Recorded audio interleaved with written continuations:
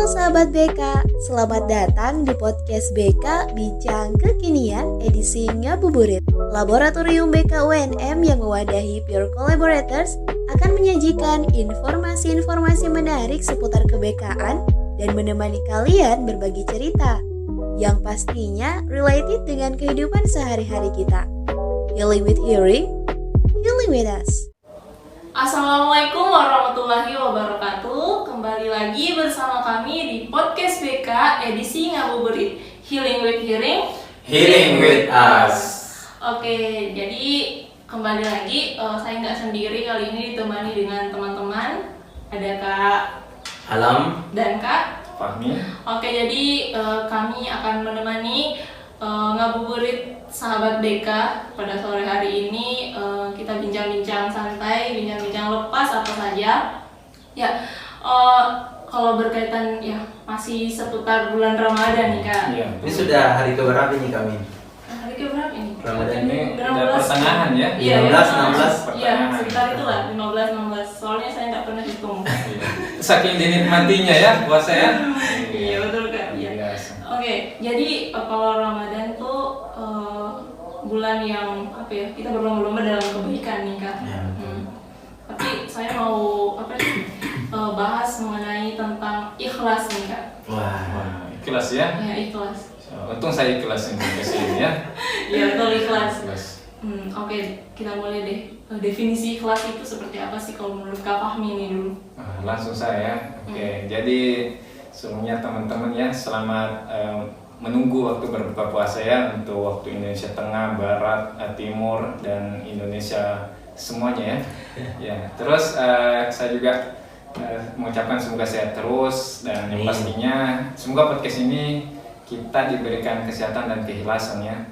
Ya, ini saya jujur cukup terkejut ya kenapa diberi tema ikhlas.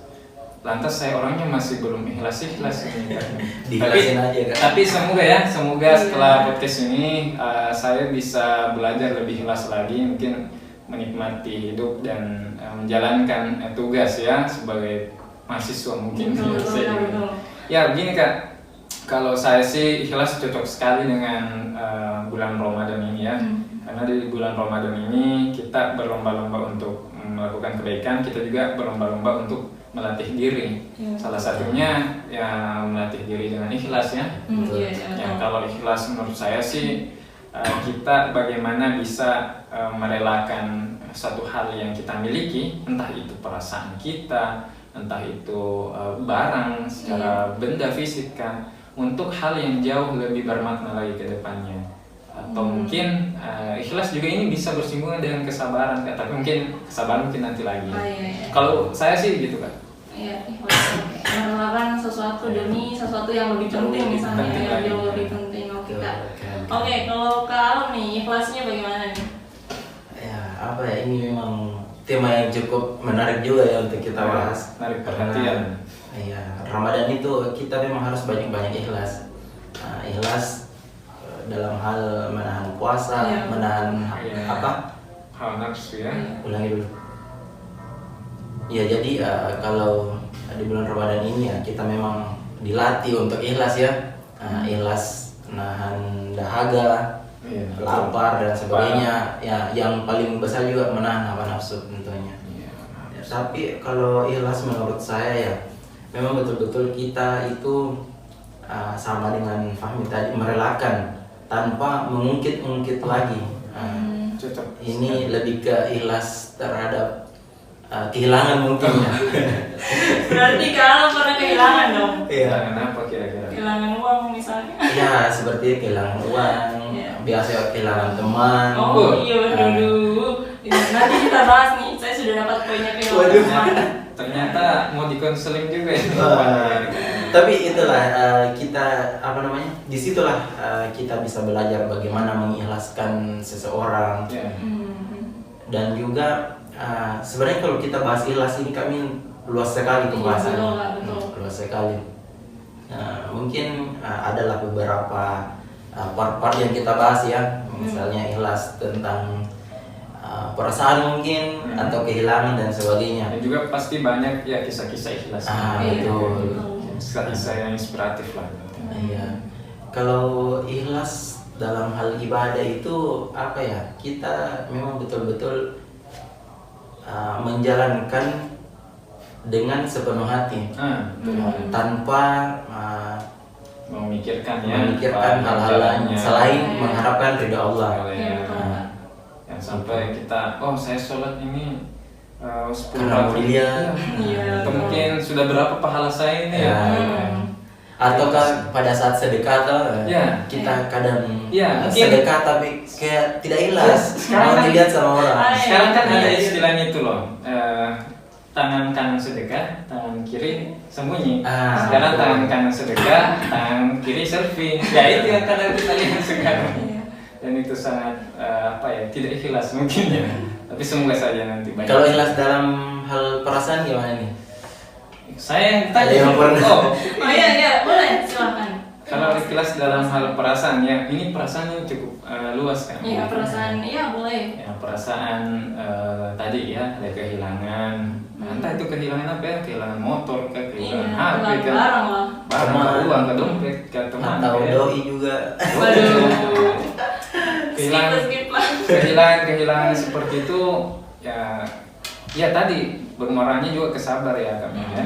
Kembali ke sabar. Iya, karena kan ikhlas itu sangat-sangat bersinergi lah dengan kesabaran. Iya, beriringan lah istilahnya dalam sabar. Apatah lagi kalau misalkan kita berpikir kalau yang hilang itu yang berat gitu. Iya. Susah sekali, ya pastinya bakalan cara lainnya selain bersabar, ya apalagi kan kita sabar. Tapi tetap sih sabar yang kita kenal sekarang itu bukan hanya sabar berdiam diri, tidak. Tapi kita juga perlu mengobati diri, memberi diri kita self healing lah ya, pengobatan lah. Jangan sabarnya ya, sabar. Ya, diam terus menjadi penyendiri gitu kan? Bukan ya. Sabarnya kita mencoba untuk melakukan lebih baik.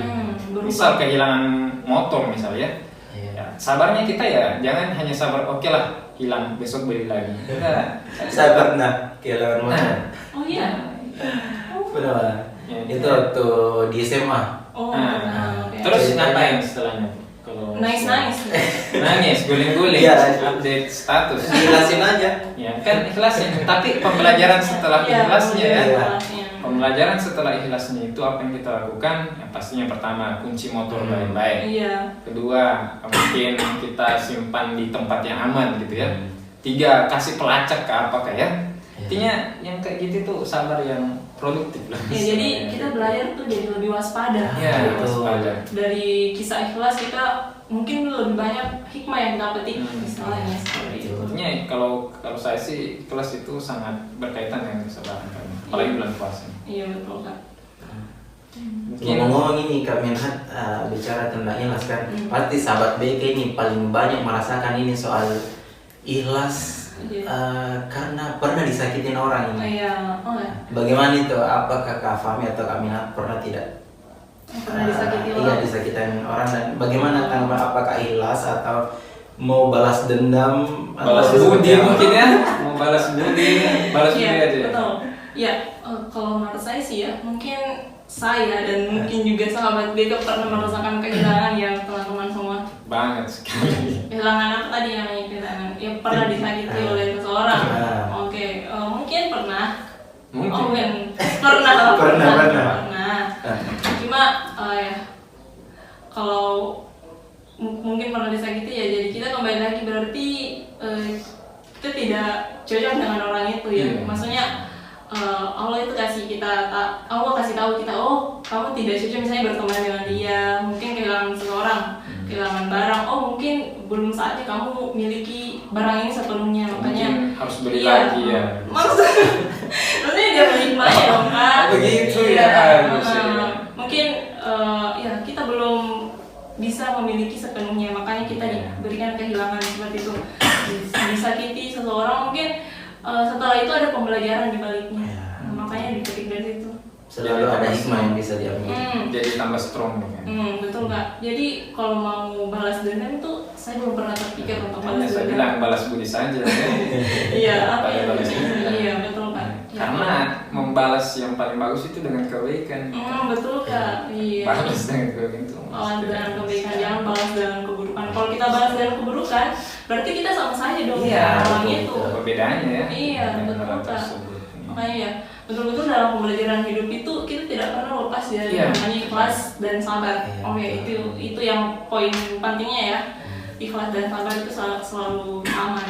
Kalau mendengar kisahnya Kak Minhat ini, saya teringat juga kisah. Kisah apa tuh? Betul saya. Tapi ini bukan kisah pantun ya.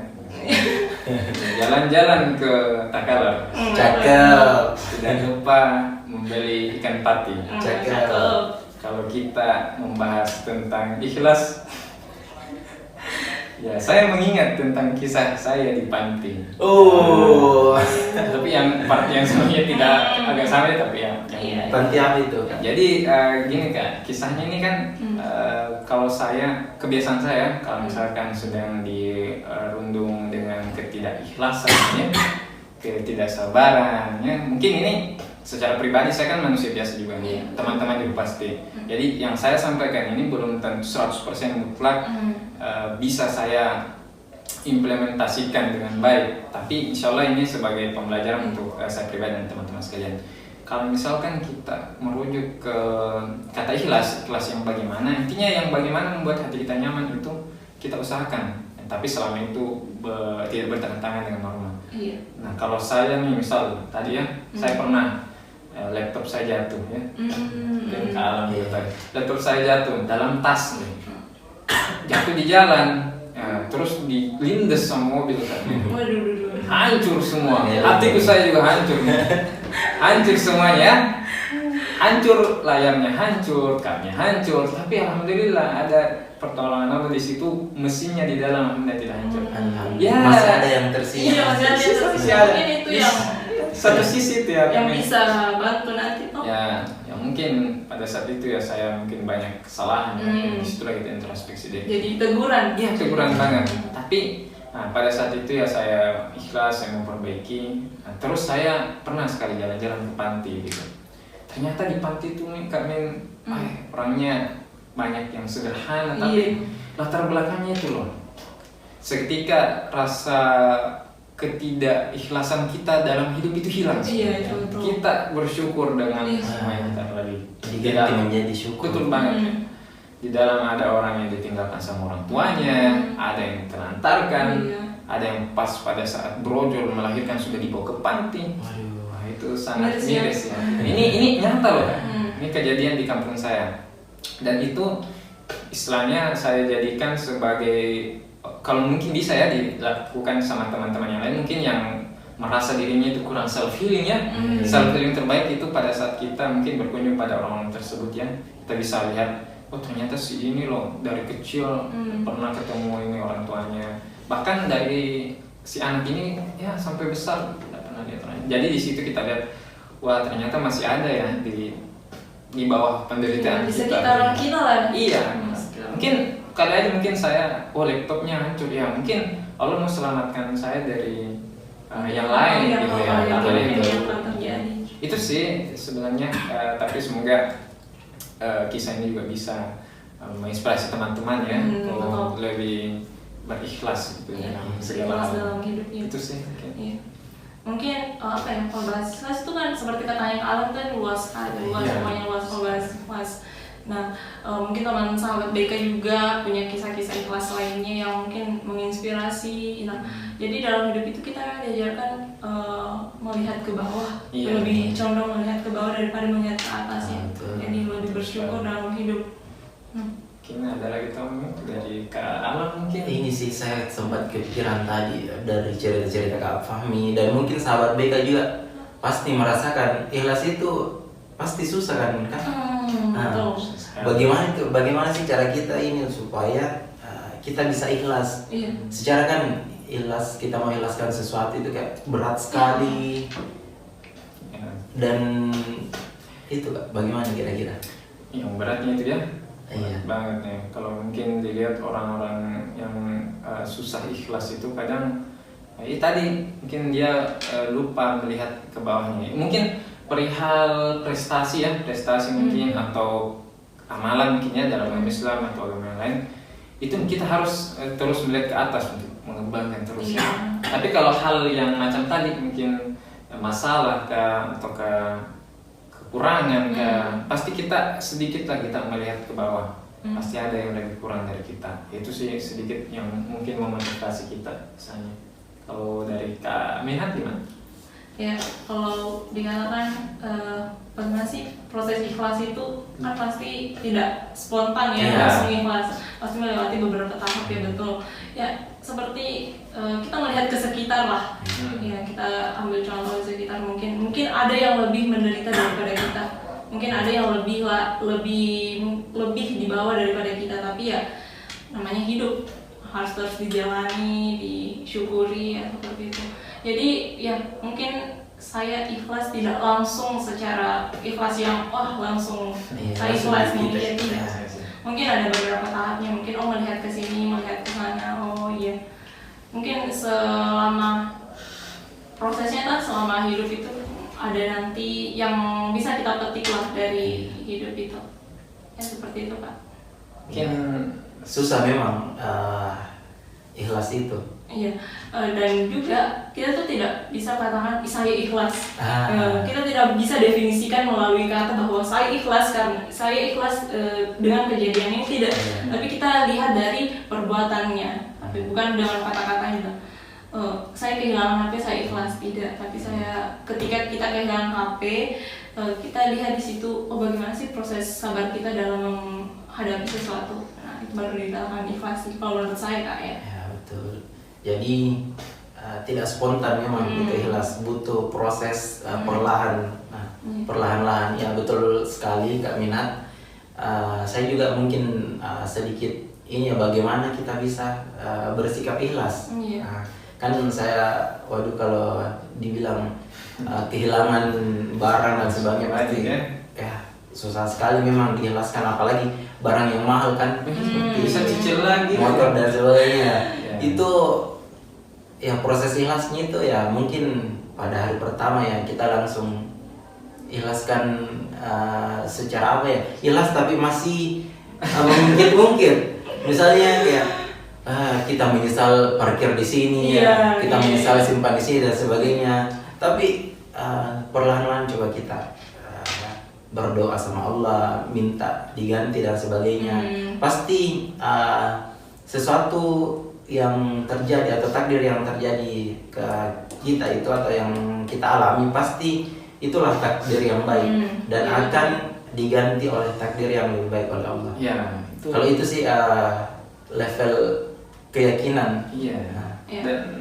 Dan ini sering sekali seharusnya kita dengar ya, teman-teman sekalian, bisa jadi yang kita sukai itu belum tentu disukai oleh Tuhan, dan bisa jadi yang kita benci, kita tidak suka itu bisa jadi itu yang terbaik buat kita dari Tuhan. Mungkin itu sih. Ya, saya jadi ingat quotes nih Kak, quotes yang selalu saya ingat nih. Jadi sebaik-baiknya rencana manusia akan lebih baik lagi rencana Tuhan. Tambah lengkap lagi. Bisa nih quotes sore-sore yang bisa aja. Minat 2022. Jadi ya mungkin sedikit cerita atau sedikit kisah tentang ikhlas dari Kak Alam, dari Kak Fahmi, dan saya sendiri yang menemani ngabuburit kita pada sore kali ini. Ya, semoga kita bisa bertemu di episode selanjutnya. See you next time. Pantengin terus ya, jangan sampai ketinggalan di setiap episodenya. Stay tune on Spotify Podcast BK Bincang Kekinian, dan akan tayang juga di YouTube Lab BK UNM. Follow Instagram kami di @lab.bkunm dan @purecollaborators_. See you next time.